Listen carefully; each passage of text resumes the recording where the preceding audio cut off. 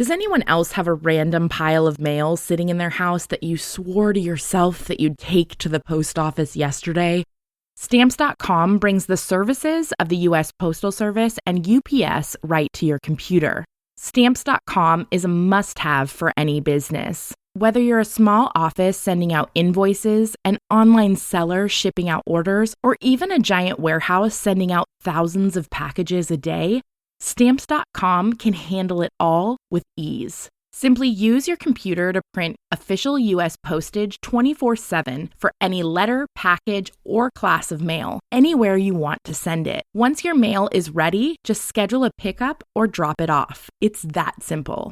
With Stamps.com, you get a discount of 40% off post office rates and up to 62% off UPS shipping rates. Stop wasting time going to the post office and go to Stamps.com instead. There's no risk, and with my promo code SWW, you get a special offer that includes a 4-week trial, plus free postage and a digital scale. No long-term commitments or contracts. Just go to Stamps.com, click on the microphone at the top of the homepage, and type in SWW.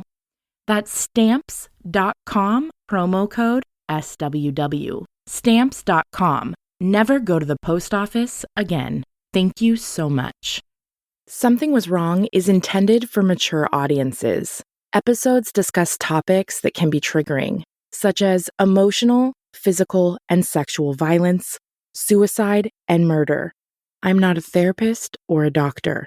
If you're in need of support, please visit somethingwaswrong.com/resources for a list of nonprofit organizations that can help. Some names on the podcast have been changed for anonymity purposes. Opinions expressed by guests on the show do not necessarily represent the views of myself or this podcast. Resources, references, source material, and sponsor info can be found in the episode notes. Thank you so much for listening. You think you know me, you don't know me well at all. Think you know me, you don't know me well. You think you know me, you don't know me well at all.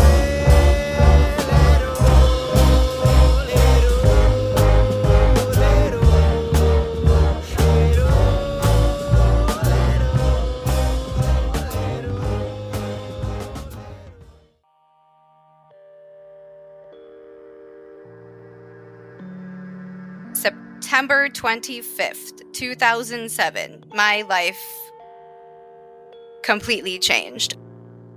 That week, the week preceding that date, it was a very tense week. I remember Mom's friend actually devastatingly, one of her most recent closest friend, Mom had actually had a couple falling outs with friends, and not really serious fallings out. They were always about something really silly. Mom would make a boundary with a friend, and she always kind of drew these people, not all of them, but some people. I remember her very best friend. She brought her dog over for 4th of July, and there were fireworks right above our heads. And my mom was like, "Yeah, no, I told you had to leave your dog at home. You can't bring him in." And she was like, "No, I'm not going to go all the way home with my dog. I'll keep him, in the house." My mom was like, "No," and they got in a fight over it, and that was it. So she tried to be really hard with boundaries outside of our home. And that, I think, sometimes cost her some friendships. Maybe the way she went about it sometimes, I don't know. But she had some falling outs with friends.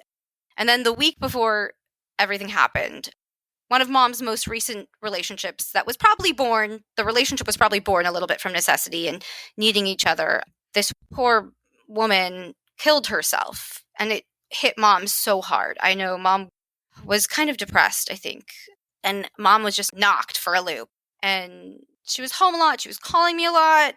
And with that, Rory, because Mom's home was her safe zone. She had finally gotten her own home. It was beautiful. She had an African gray parrot she was trying to teach to talk.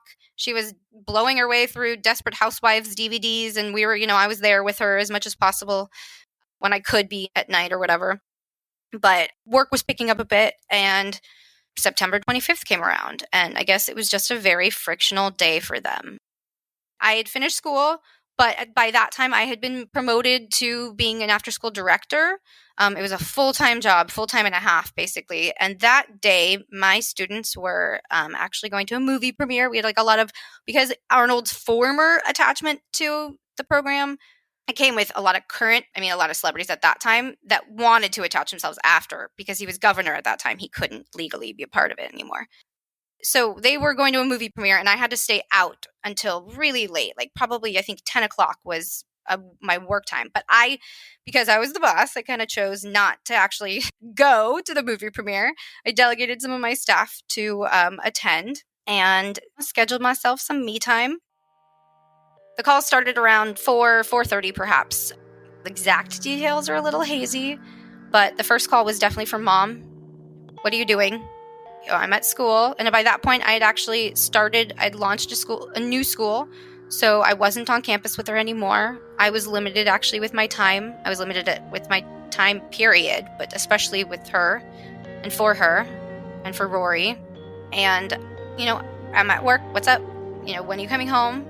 I don't know. Late? I told you I had work today. I didn't really tell her anything else in between. Didn't really need to tell her more. I sometimes had discretion, not often. I was like real late, probably around 10. Okay.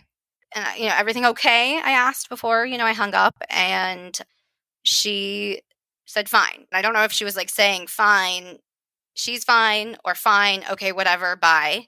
But she didn't say bye. And that was that, and I was like, oh shit, okay, something is not right. We didn't talk rudely to each other very often, but if she was being that short with me, I could tell there was a lot more going on at home. And maybe 5 minutes later, I got a call from Rory, and he would say almost the same exact words, if not the exact words. Hey, what are you doing? I'm at work. I'm going to be here late. And same, almost mimicking the same tension, the same exact conversation, same hang up, same everything. And it left me with kind of a pit in my stomach, but I moved on because I had plans. I was at that point 22, and I was on my way to the tattoo parlor.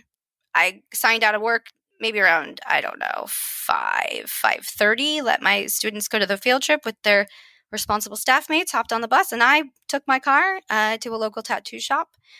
It is officially the only tattoo, except the one I got on St. Patrick's Day in Ireland, that I can remember the date of. Got it on September 25th, and that will be impossible to forget. Tattoo took me like 5-10 minutes, honestly. It's tiny. It's on the outside of my left wrist, and ironically enough is that I had a little baby peace sign attached to my wrist. It was to counterbalance the then open heart on the other side that I had etched there, kind of to symbolize that how important peace and love was to me and is to me in life. Literally took me minutes, hopped in my car, saran wrapped around my wrist, and went on a date. Phones were not computers at that point, so there were no apps. I was using like Match.com, or even, I was meeting people in college. It's just, I don't think they were the connections I wanted. And also, I think I was learning about myself within dating.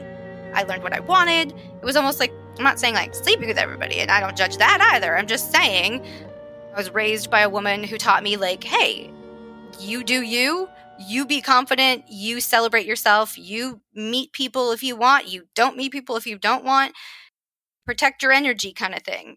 And that evening, I was going on a date with somebody from Match.com, I think, or JDate or something, I don't know, some dating service.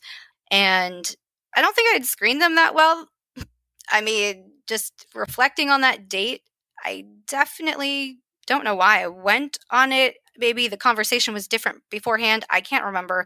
But, we went to Sherman Oaks Castle Park, which is like a cute little arcade and mini golf place. And I remember I think I was still wearing my work shirt.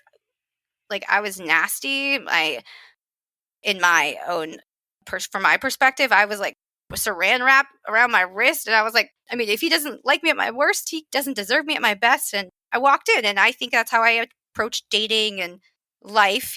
Take it or leave it. Just leave it faster if you don't want to take it.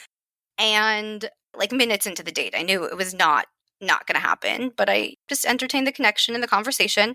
But within like 10 minutes, no joke, he was like talking about poop.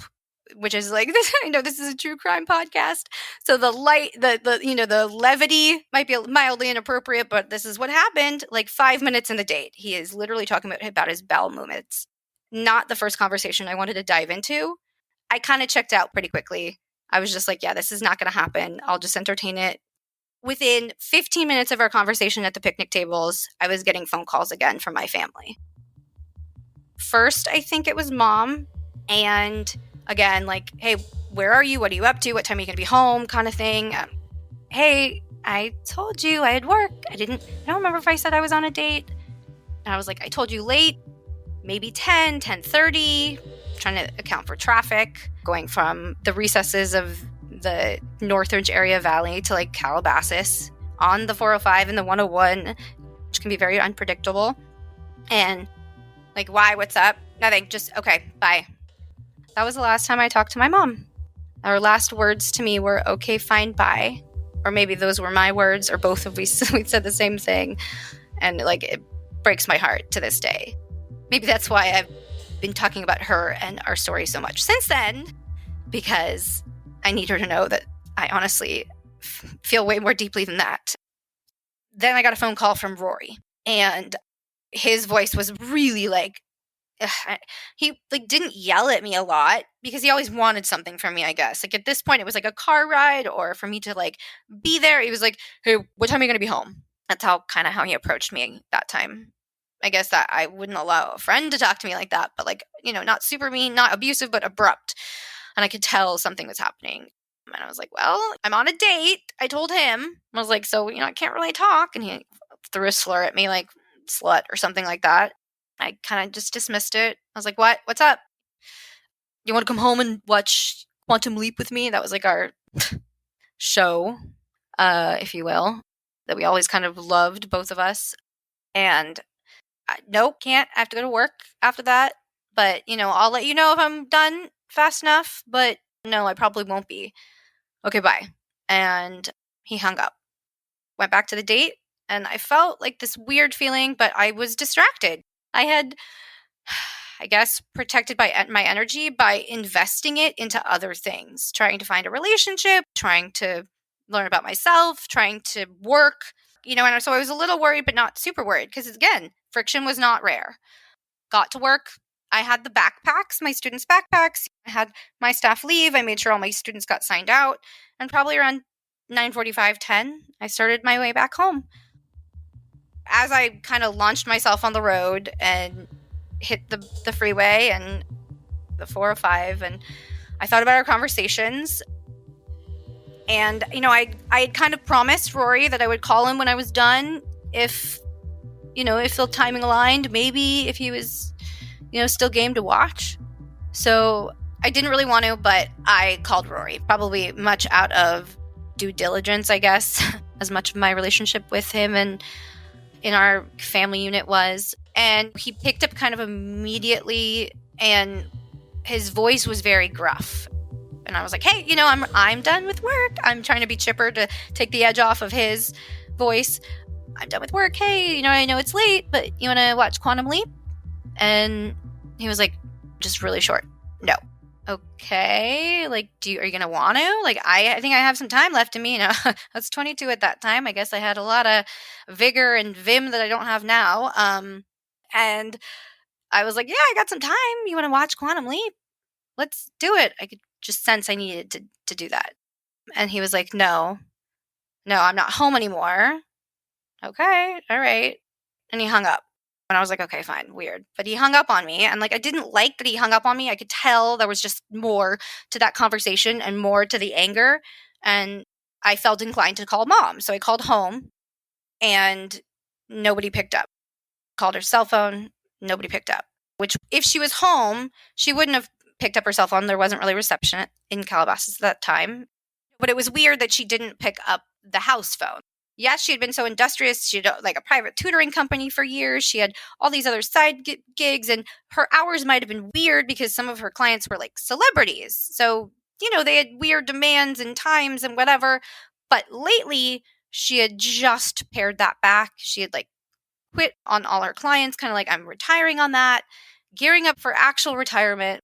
So she should have been home.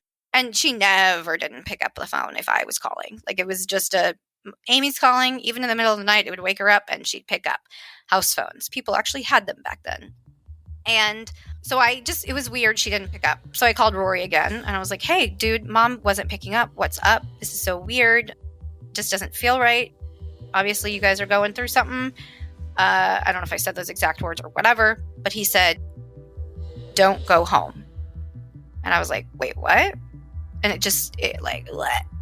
I just want to vomit thinking about that, because that was like literally, it made me want to vomit the moment I heard that. I knew something awful had happened. I knew something was terribly wrong. And I was like, why? Why wouldn't I go home? No, I'm going home. I'm on my way home. It's 10:30 at night. I'm done with fucking work. I am done. I want to go home and relax. And he just said, don't go home. And he hung up. Of course, I call home again. Mom didn't pick up. Couple times, probably called both of them, like her cell and her home, probably a few times. And I called Rory back. And I was like, dude, what the fuck? And he said, I killed mom. Don't go home. And he hung up again. And then he turned off his phone, because when I tried him again several times, it just went straight to voicemail. And so I tried home again, maybe once or twice, and I was like, this has to be a sick fucking joke. It cannot be. This is not my reality. This is not my reality. No. I realized it was probably a better idea to stop calling home and to call 911. Even if this was a sick joke, which that was a possibility too. All signs pointed to, yes, that he had done what he said. But even if this was a sick joke, which he tried to do sometimes, sick jokes, anything to somebody else's expense, I knew that like the good outweighed the bad. If I started God, we have so many car chases in the valley. If I started a car chase that ended up on the news or whatever, I could explain my way out of it, was my thought process, if this was all for naught. But I knew I had to call in case this was the truth. So I started dialing, and when you're calling from a cell phone, 911, I don't know if the issue is the same. I thankfully haven't had to call for a long time from a cell phone, but sometimes it takes some time to connect. I think it took me a couple of times, and as I'm on my way home, I've reached a 911 operator. I'm telling the person what happened, like as I drive home. I told her everything, and as I arrive home, I pull into the driveway. My little tiny Ford Focus goes across all the parking spots that are empty, and I'm opening up our door, and she's like, don't go inside. The killer might be inside. The killer. Jeez. Like, I needed confirmation, I think, that was even the situation. And I hadn't even thought that maybe he would be home. I guess I just assumed that he had told me the truth. He had left. So I opened up the door, and the way our house was built, Mom was so proud of it. It was her first one she had bought herself. You walk in, and to the left, there's like a little powder room. No one ever really used it. Pristine condition. Lights were off. Everything was fine. And to the right, immediately when you walk in, there's like a little entry bar thing, not bar, but like an entry height, half wall. And then our dining room over it. And it was like a formal dining area, and everything was fine there. And I went further, and I'm still talking to the 911 operator, and I guess at that point her voice is kind of noise, because my head is buzzing. And the next place is basically to the right after the dining room is stairs going up, and the stairs kind of break in two. They go up, there's a little landing, and then they go up the opposite direction. So I can only see half of the stairs, but they look pretty normal. They're like white carpet. Everything is fine. So I didn't want to go upstairs yet, because I figured I would check the whole downstairs first. And then so I turned to the left, and that was the kitchen, which was her absolute favorite room. To know Dossie was to know she loved to cook. My dad would talk about her chili so good, 30 years later. And that was where I found her. She was... It's a scene that will never leave my head. And It has sparked arguments or conversations in my future about, media and violence and how much we see and are allowed, and how triggering that can be for survivors like me. It was horrific. Once you see that shit for real, you never want to see it for fake in a movie or anything. She was lying on the ground. I thankfully, God, I didn't see her face. She was turned away from the entryway. And I think that's a saving grace in all of that whole scene. I don't know what it would have been like, or maybe I forgot it, but I do remember her hand was outstretched towards the phone, which was on. I don't know if it was beeping, deadline, but she was trying to call somebody. Police, me, I don't know. And there was a very large amount of undisturbed blood underneath her. The floor, this will never leave me. The floor was green tile, slate, and the green and the red. My birthday is Christmas Eve. Like Christmas, the colors, not Christmas. I love the happiness, the joy, but the colors are triggering to me even. She had, I guess she'd maybe been there for a while. So it was just kind of undisturbed. And there was obviously the blood was disturbing. I guess Rory had left a while ago. And I remember the one thing that just disturbs me the most is the knife that was sticking out of her shoulder, as if he had killed her with it and stuck it in her shoulder, in the top of it, all the way through till the hilt. And it broke my heart. What she must have gone through, I can't even imagine. I've tried not to. I've really tried hard not to imagine the preceding events much. But I had to give her a hug. I had to remind her that she wasn't alone in that moment. Or maybe I had to feel less alone. And I had this operator squawking in my ear, step out of the house. And I just quickly looked at her, tried to find a spot where I could hug her, and her lower right calf was the only place I could. So I did. I hugged her and I kissed her skin, and I left. And the moment I stepped out of the house, I remember the police lights just flooding our street. They pulled up instantly, that moment. It was a movie almost. And I guess in Calabasas, something's going wrong. You call, they're there. It probably took them about 10 minutes at most. And I'd been screaming that whole time, but I just can't remember any noise except sirens. And then very shortly after, helicopters, which are super triggering for me too, which in the valley, they're all everywhere. We have helicopters all the time. And I flash back for sure.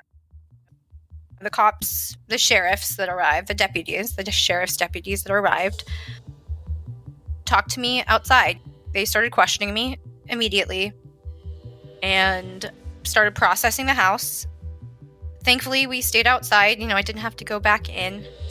And just as the helicopters hovered above our heads, I also remember just the police cruisers just flashing. We lived in the middle of Mulholland Highway, basically, just as the canyon starts.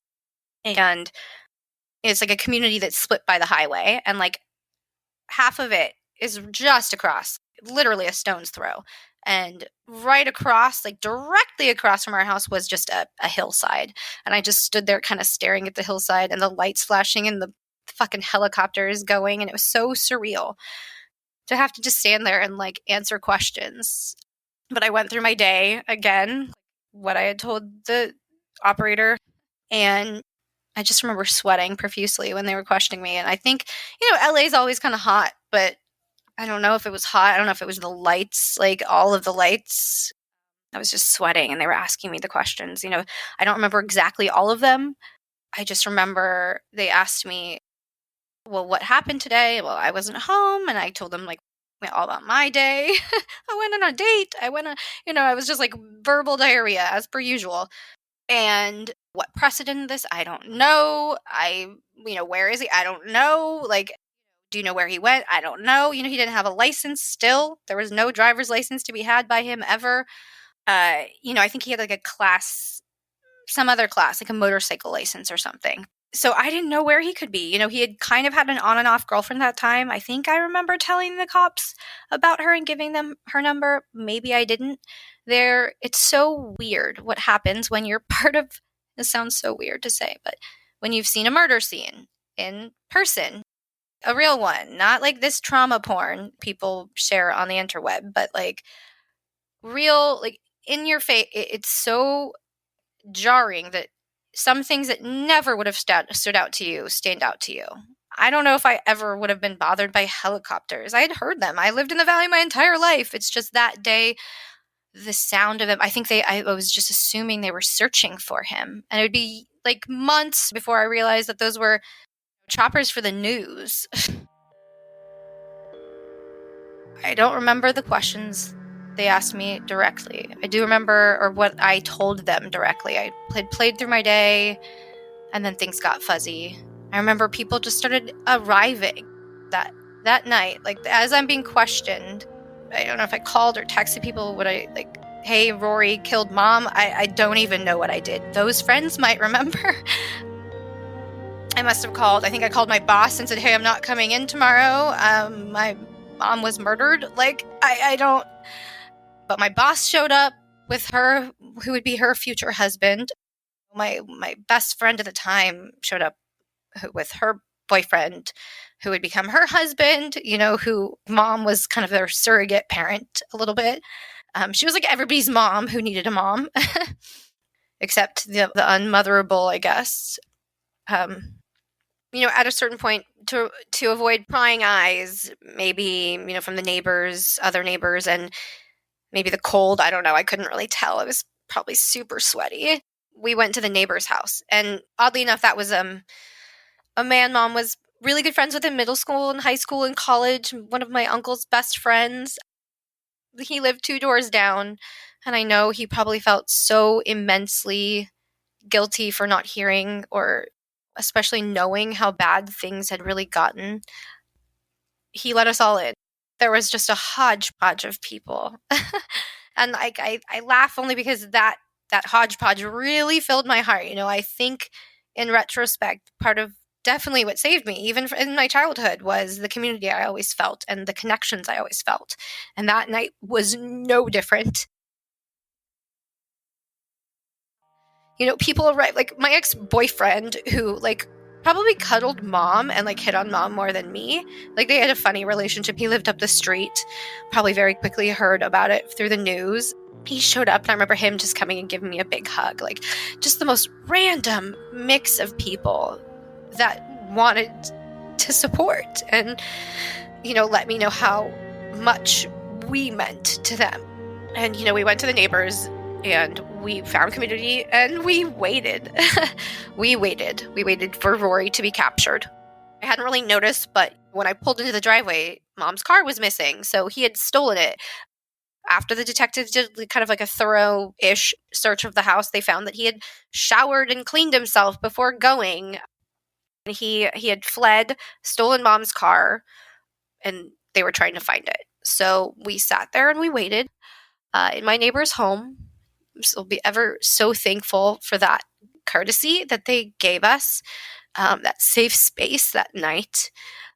We were all sitting on pins and needles, and like, I don't know how long it took. I can't even, time is so relative in those kinds of situations. Again, like, some things stick out when you've seen such horror that like normally wouldn't stick out, and other things that you would totally remember, like timing of things and who you talked to or who said what, just is such a blur. But, I remember sitting there and waiting. And I remember, like, as time went on, people started talking. People that hadn't seen each other for years, like decades even. Some of them went to high school together, and they're, in their 50s now, are chatting, and as it kind of,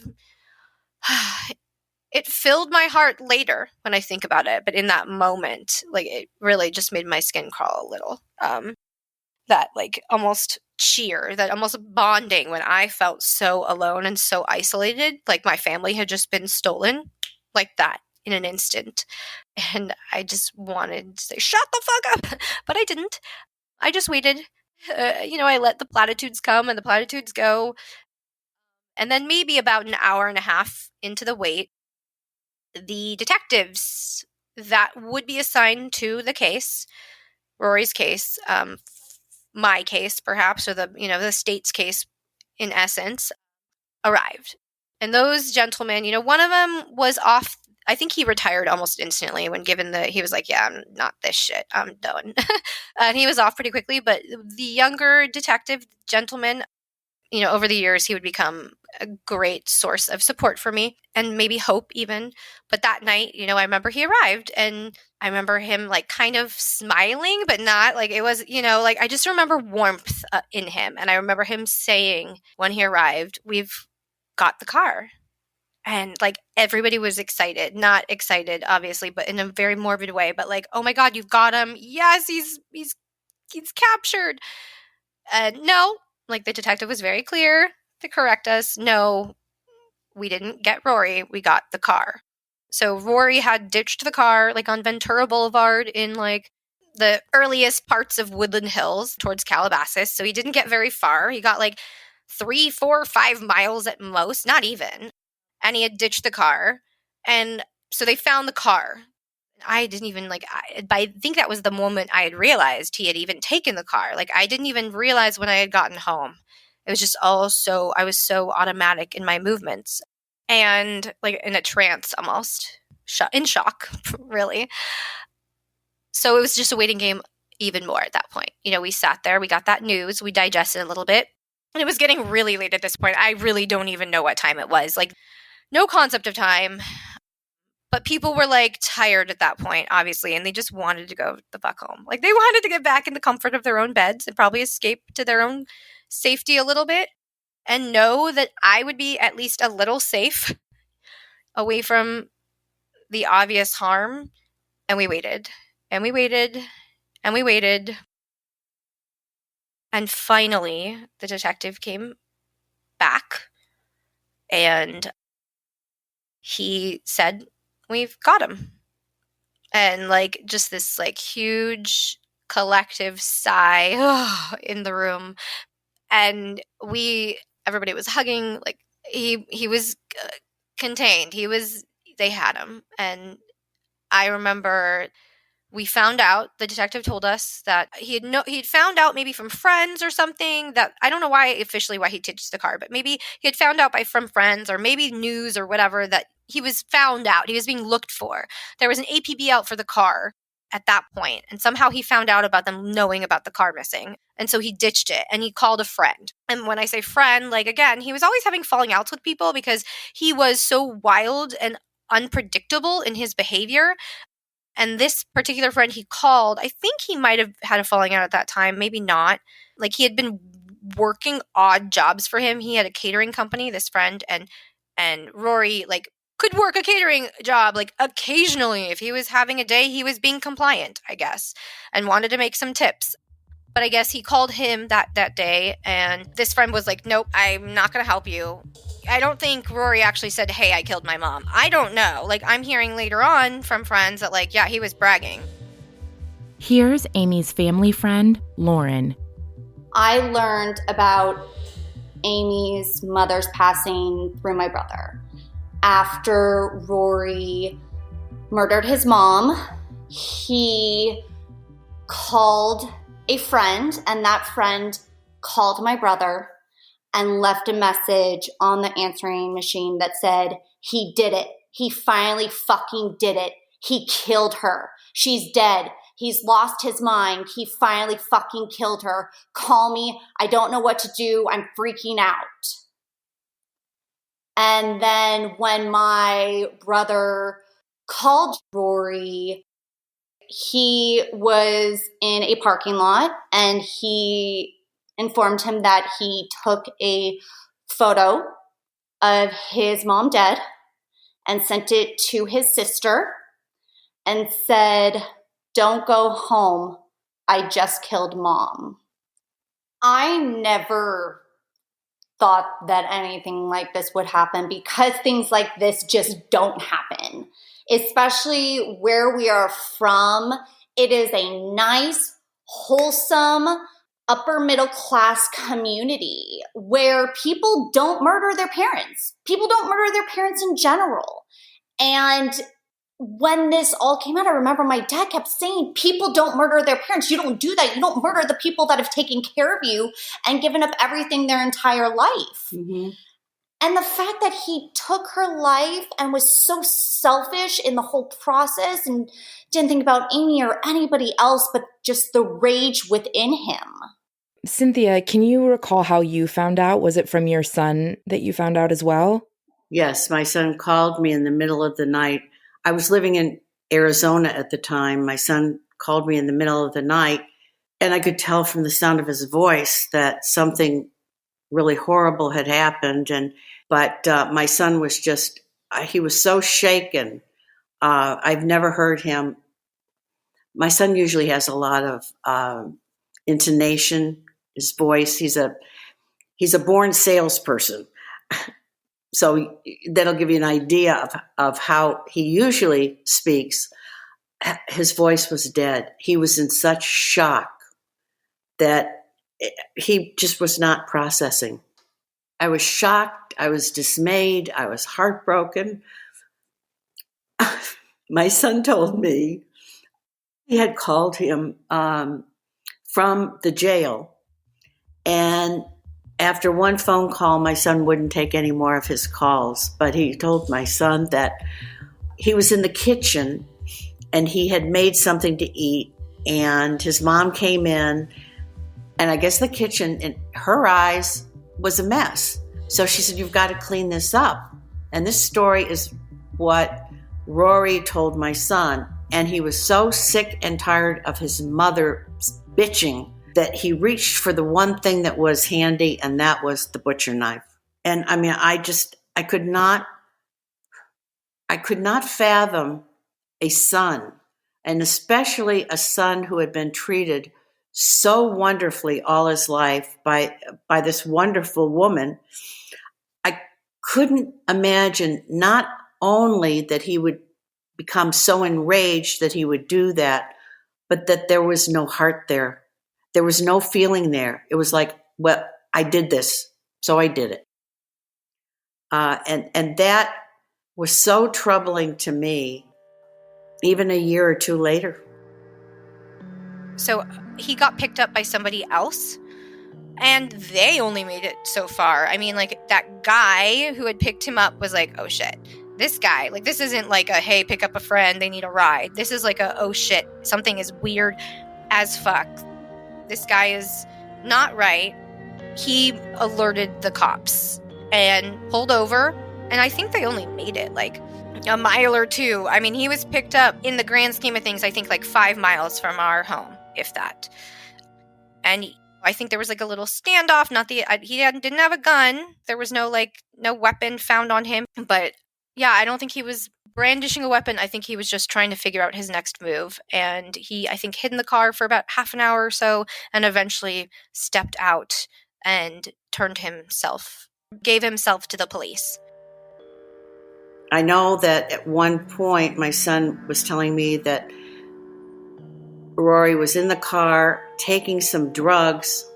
He wouldn't get out of the car, and the police had surrounded this car, and it took quite some time for them to get him out.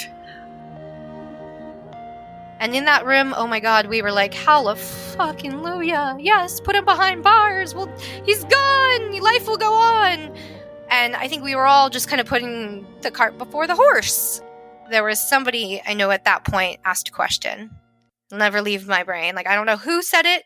The very logical approach to things makes me think it was maybe my uncle. But the person said, so what next? Okay, he's been captured, so what now? And the detective replied, we convict him. And I really do wish it was that cut and dry. Next time.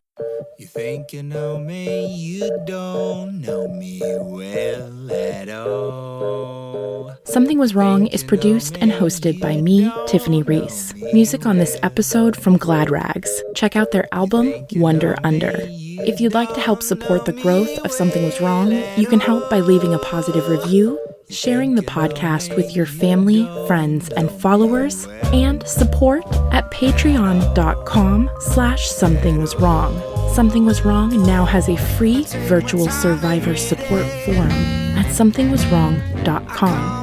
You can remain as anonymous as you need. Thank you so much for listening. They call me up on the telephone, now they're wrong. I hang on up, but I know that it's not their fault. Because they think they know me, they don't know me well.